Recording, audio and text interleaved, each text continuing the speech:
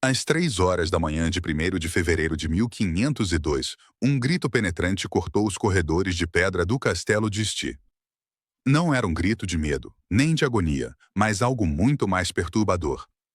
Os guardas baixaram os olhos em silêncio, enquanto diplomatas e cortesãos trocavam olhares tensos, cada um deles plenamente consciente de que o que estavam ouvindo não era uma paixão comum, mas a encenação do ritual de poder mais perigoso e secreto da Europa renascentista.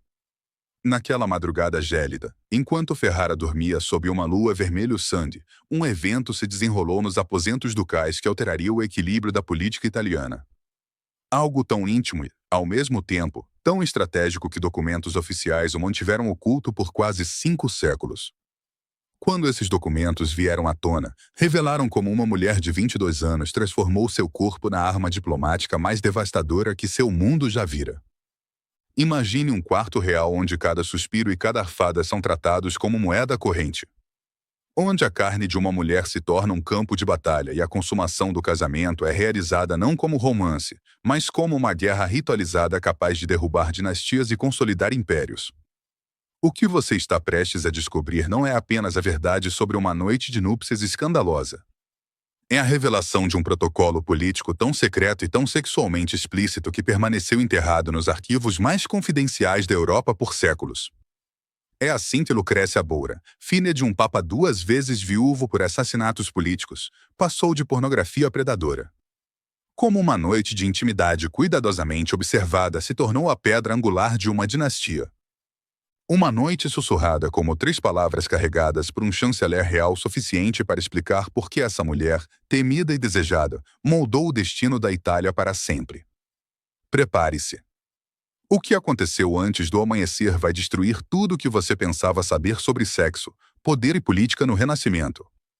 Se seu coração já está acelerado com este vislumbre das câmaras proibidas da história, imagine o que está por vir. Dê um like neste vídeo se quiser que continuemos a desenterrar os protocolos ocultos que remodelaram impérios. E nos comentários, diga-nos o nome daquela rainha, duquesa ou cortesana cujos segredos mais obscuros você quer ver expostos. A mais mencionada será a estrela da nossa próxima investigação. Inscreva-se e ative o sino, porque essas verdades só são reveladas àqueles que ousam se juntar à nossa Irmandade Secreta. Era o ano de 1502, o auge da influência dos Borgia. Rodrigo Borgia, Papa Alexandre V VI, havia assegurado o controle da Itália por meio de casamentos que transformaram seus filhos em armas no tabuleiro político. Nesse clima volátil, Lucrécia era mais do que apenas uma noiva nobre. Ela era a personificação da própria diplomacia sexual. A Itália estava fragmentada em potências rivais, onde cada união entre aristocratas funcionava como um tratado, cada leito nupcial, um campo de batalha. Os ducados de Ferrara, Milão, Nápoles e os estados papais se mantinham unidos por alianças frágeis seladas entre lençóis de seda. O casamento aqui não era sobre amor. Era sobre sobrevivência. Para a família Sti de Ferrara, a aposta era de vida ou morte. O duque governante, Eol, havia apostado o futuro de sua dinastia nessa aliança com os Borgias. Seu filho e herdeiro, Alfonso d'Este, se tornaria o instrumento vivo dessa aposta. As negociações foram concluídas em 30 de dezembro de 1501, com termos que revelaram o quão transacional esse casamento realmente era. O dote de Lucrécia era de 100.000 ducados de ouro, o suficiente para financiar cidades inteiras por um ano. No entanto, o verdadeiro preço desse acordo seria medido não em ouro, mas em carne na própria noite de núpcias. Registros da época mostram que existiam protocolos secretos para garantir uniões aristocráticas. A consumação nunca era simplesmente privada. Exigia testemunhas oficiais e confirmação, porque a legitimidade de toda a dinastia dependia disso. A primeira noite de casamento se tornou uma performance quase pública, onde o resultado na cama decidiu o destino das nações. A data escolhida, 2 de fevereiro, não foi coincidência. Era a festa da purificação da Virgem, um dia santo católico. Ao alinhar o leito nupcial com o ritual sagrado, os Borgias e estes fundiram o divino e o carnal, tornando essa consumação não apenas um ato sexual, mas um ritual de santificação dinástica. Lucrécia chegou a Ferrara carregando o peso de 2 casamentos desastrosos. Aos 22 anos, sua beleza, descrita pelo poeta Petro Bembo como rara e luminosa, só era comparável à sua reputação manchada de sangue. Seu primeiro marido, Giovanni Forzir, havia fugido após ser acusado de impotência. O segundo, Afonso de Aragão, foi estrangulado até a morte dentro do Vaticano, vítima de intriga papal. Essa noiva não era inocente. Ela era uma sobrevivente armada com inteligência, sensualidade e um domínio perigoso de transformar fraqueza em força. Seu novo marido não poderia ser mais diferente. Afonso deste, de 25 anos, era soldado, engenheiro e um homem que forjava seus próprios canhões com as próprias mãos. Ao contrário dos cortesãos fracos de outras cortes italianas, Alfo Afonso irradiava poder sem precisar prová-lo. Ele tocava música com elegância, projetava artilharia com precisão e personificava tanto a força de um guerreiro quanto o refinamento de um príncipe renascentista. O choque dessas duas figuras, Lucrécia, armada pela sedução, e Alfonso, personificando o poder bruto e pragmático, preparou o terreno para uma das uniões mais explosivas da época. O encontro inesperado em Bentivoglio, em 3 de janeiro, já havia mudado tudo. Naquele encontro privado, Lucrécia e Alfonso descobriram uma faísca de atração genuína, algo que ninguém havia planejado e que complicaria os cálculos frios da estratégia política. O que deveria ser uma performance ritualizada, agora estava impregnado de paixão autêntica, dando à noite seguinte uma intensidade que nem a Igreja nem o Estado poderiam controlar completamente. Em 1º de fevereiro, Ferrara se tornou um teatro. A procissão triunfal que levou Lucrécia para a cidade foi encenada como uma abertura para a verdadeira performance que se seguiria a portas fechadas. Os cidadãos aplaudiram enquanto ela passava, envolta em um vestido francês forrado com tecido masculino, um colar de diamantes e rubis captando a luz de inverno. Mas enquanto o povo aplaudia, outra apresentação já estava sendo preparada em segredo.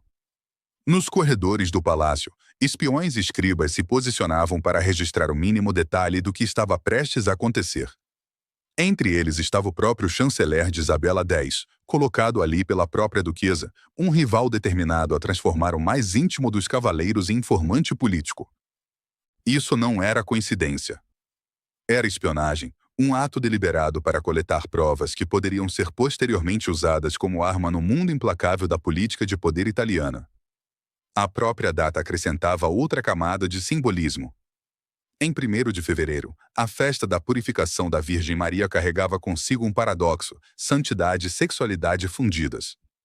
O sagrado colidindo com o profano. Nada nessa escolha de data era acidental. Cada gesto, cada ritual havia sido planejado para transformar a consumação em um sacramento dinástico, unindo não apenas 2 corpos, mas 2 grandes casas. Dentro dos aposentos Juquial, o palco estava montado. Cortinas de veludo carmesim envolviam a cama como cortinas de teatro. Candelabros de prata tremeluziam contra tapeçarias flamengas que retratavam guerras e alianças. Um lembrete do que estava verdadeiramente em jogo. Ali, em um cômodo transformado em santuário e palco, a mais importante performance política da década estava prestes a ser encenada. Quando Alfonso entrou, tanto ele quanto Lucrezian sabiam seus papéis. O encontro deles em Benavoglio já havia despertado algo genuíno entre eles. Mas agora essa faísca precisava ser controlada e demonstrada como prova.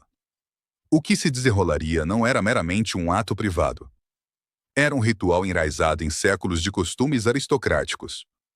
Para os casamentos nobres na Europa, a consumação era mais do que intimidade. Era um certificado de legitimidade, um ato vinculativo que provava que herdeiros poderiam nascer, alianças asseguradas, dinastias continuadas. Mas na Itália renascentista, a refutação exigia testemunhas, silenciosas, ocultas, mas presentes mesmo assim. O leito real tornou-se um tribunal. O ato de amor, um veredicto que decidiria o futuro das nações. Lacrezia, endurecida por 2 casamentos desastrosos, entendia isso melhor do que ninguém. A impotência de Giovanni Force transformou-se em humilhação pública e em emudição. A morte de Afonso de Aragão por estrangulamento nas câmaras do Vaticano mostrou-lhe que a fraqueza no leito conjugal significava fraqueza na política e fraqueza na política podia significar a morte. Essas lições moldaram sua estratégia. Ela não seria mais uma estrela pornô. Ela sobreviveria e até dominaria, transformando seu corpo em uma arma. Afonso também compreendeu a importância do que estava em jogo. Sua virilidade já era conhecida, mas o conhecimento não bastava. Era preciso provar, documentar, testemunhar. A família Este não podia arriscar rumores de impotência ou infertilidade. Para garantir a legitimidade, o ritual exigia mais de uma consumação. Cada ato seria registrado como prova irrefutável, um escudo contra intrigas, escândalos ou planos de assassinato. E assim a noite começou. A primeira consumação trouxe uma carga que nenhum dos dois esperava. Paixão real misturada com necessidade política, produzindo uma energia que surpreendeu até mesmo a eles. Pela primeira vez, dever e desejo estavam alinhados. Essa união não foi apenas encenada, foi vivida. A segunda consumação, registrada pelo chanceler infiltrado de Isabela X, mostrou o quão de perto cada momento era monitorado. Para os de fora, isso poderia parecer uma invasão, mas aos olhos da corte, era um dever. O quarto era simplesmente uma extensão da sala de tratados e cada suspiro e choro era um testemunho político. O terceiro e último ato selou o ritual. Não era mais apenas a união de dois indivíduos. Era a criação de uma aliança viva, um novo eixo de poder entre as famílias Borgia e Este. Os registros oficiais daquela noite forneceram a validação legal e política que ambas as casas precisavam. A resistência e a compostura de Afonso provaram não apenas sua lealdade, mas também sua firmeza psicológica. Para atuar sob tamanha pressão, era necessária a mesma disciplina que ele demonstrava como líder militar. Lacrezia, por sua vez, revelou os instintos de sobrevivência que a mantiveram viva em meio à traição e ao sangue. Juntos, eles transformaram um teste perigoso em triunfo. Esta noite de paixão, testemunhada, documentada e santificada, não era apenas sobre amor.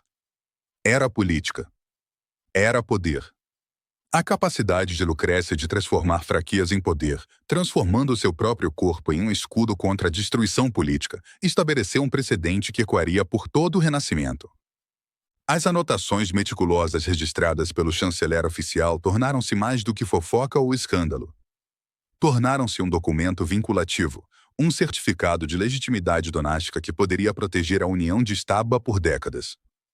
Nessas páginas, havia uma garantia contra a anulação, contra conspirações para minar o casamento, contra as desculpas que as potências rivais frequentemente usavam para lançar ataques militares ou diplomáticos. Naquela noite, 2 de fevereiro de 1502, criou-se um novo paradigma. A partir de então, a consumação múltipla documentada deixou de ser uma raridade e se tornou o padrão para validar uniões políticas da mais alta importância. O quarto real deixou de ser simplesmente um espaço privado. Tornou-se um tribunal, um palco e um campo de batalha onde a própria performance sexual determinava o destino dos impérios. Quando amanheceu em 3 de fevereiro, 2 pessoas haviam se transformado. Não mais apenas noivo e noiva, Lucrécia e Afonso emergiram como arquitetos de uma nova realidade política. A execução bem-sucedida do ritual dinástico deu à aliança uma base tão sólida que reverberaria por toda a Itália durante décadas, mostrando ao mundo que a sexualidade, quando usada estrategicamente, poderia ser a arma mais poderosa no arsenal de um governante. As repercussões se espalharam muito além dos muros do castelo de Ferrara.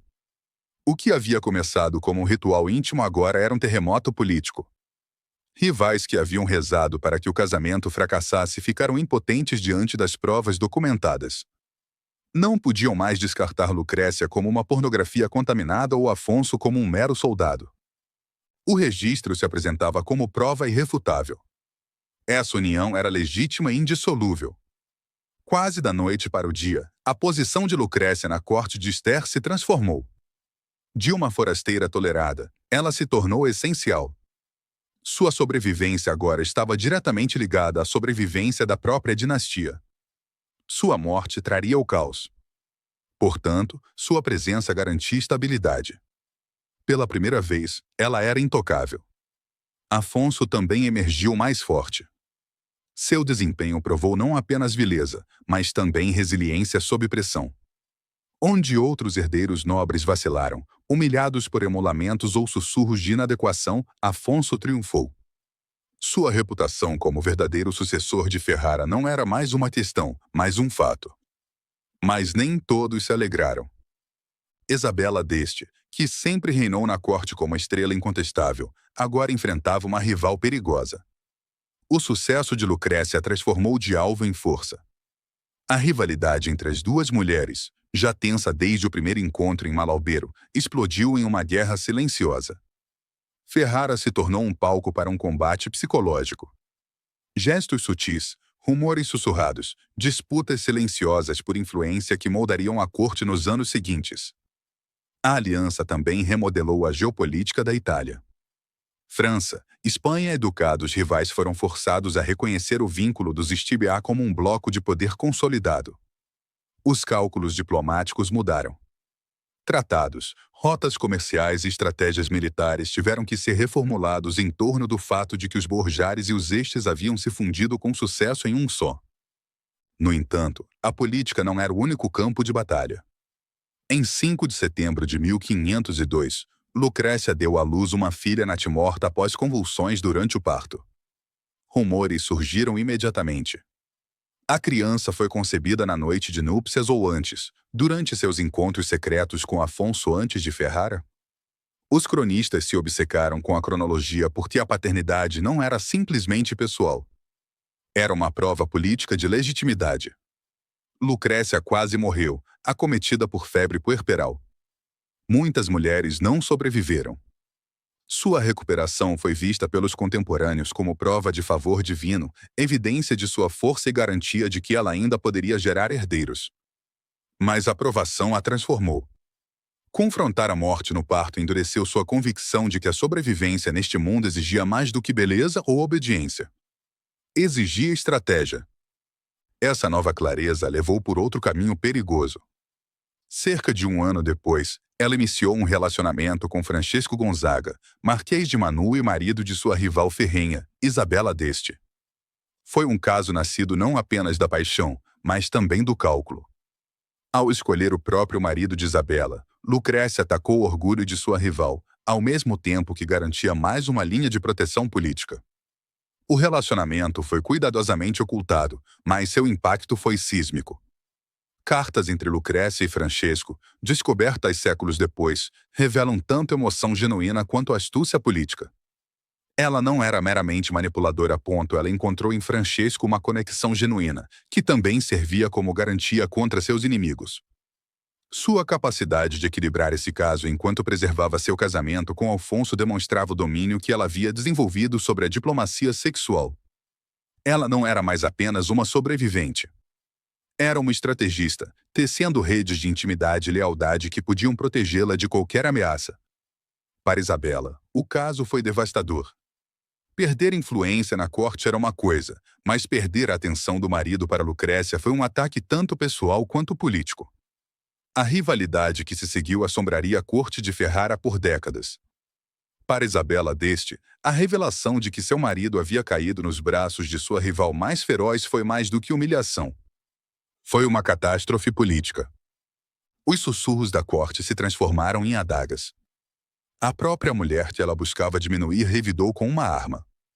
Isabela havia dominado a influência através do desejo. Lacrizia não apenas se vingou, como também redefiniu o jogo, mostrando que a intimidade podia ser usada como arma tão eficazmente quanto exércitos. Seu caso com Francisco Gonzaga, que durou anos, tornou-se um novo modelo de diplomacia sexual renascentista. Esses não eram romances passageiros. Eram extensões táticas da política. Os casos aristocráticos tornaram-se redes de segurança, diversificando a rede de proteção de cada um, assim como os reinos diversificavam suas alianças. Outras casas nobres logo seguiram o exemplo, tecendo suas próprias redes de amantes e confidentes como escudos contra traição e exílio. Enquanto isso, a herdeira legítima, Lucrécia Borgia Alonso, consolidou sua posição de forma indiscutível.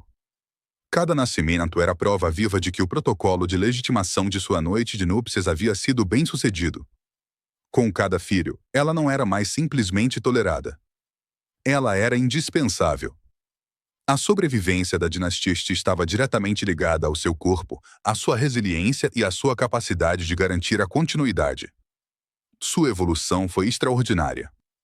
Outrora uma figura pornográfica presa na brutal mecânica do casamento dinástico, Lucrécia transformou-se na arquiteta do seu próprio destino. Ela transformou as vulnerabilidades do seu gênero em ferramentas de poder, demonstrando que a estratégia podia coexistir com a sobrevivência. Enquanto outros eram destruídos pelas circunstâncias, ela as dominava. A noite de núpcias de 2 de fevereiro e os arquivos que deixou para trás permanecem como uma das janelas mais detalhadas de como a diplomacia matrimonial renascentista realmente funcionava. Remova os vestidos de conto de fadas e os votos poéticos, e o que resta é puro cálculo. Uniões forjadas não por amor, mas por poder.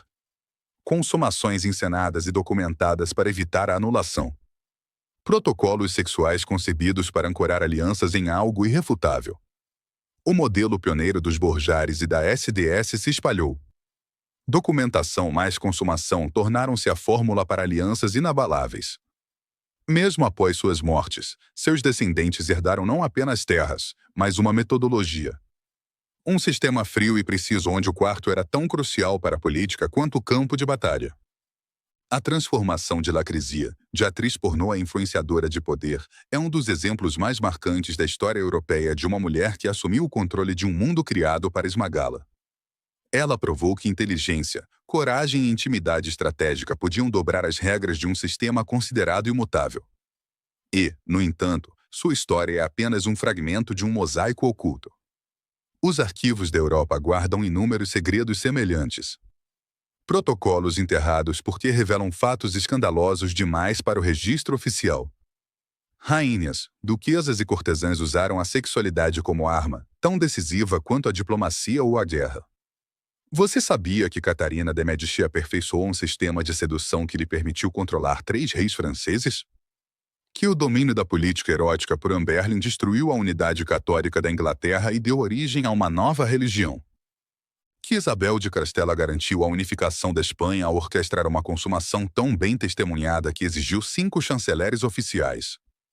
Essas mulheres nunca foram passivas. Eles eram jogadores letais em um jogo perigoso, reescrevendo as regras de dentro de gaiolas douradas. Se este vislumbre do mundo de Lucrécia o incomodou, se mostrou que as verdades mais proibidas da história são muito mais fascinantes do que os mitos higienizados, então você apenas arranhou a superfície.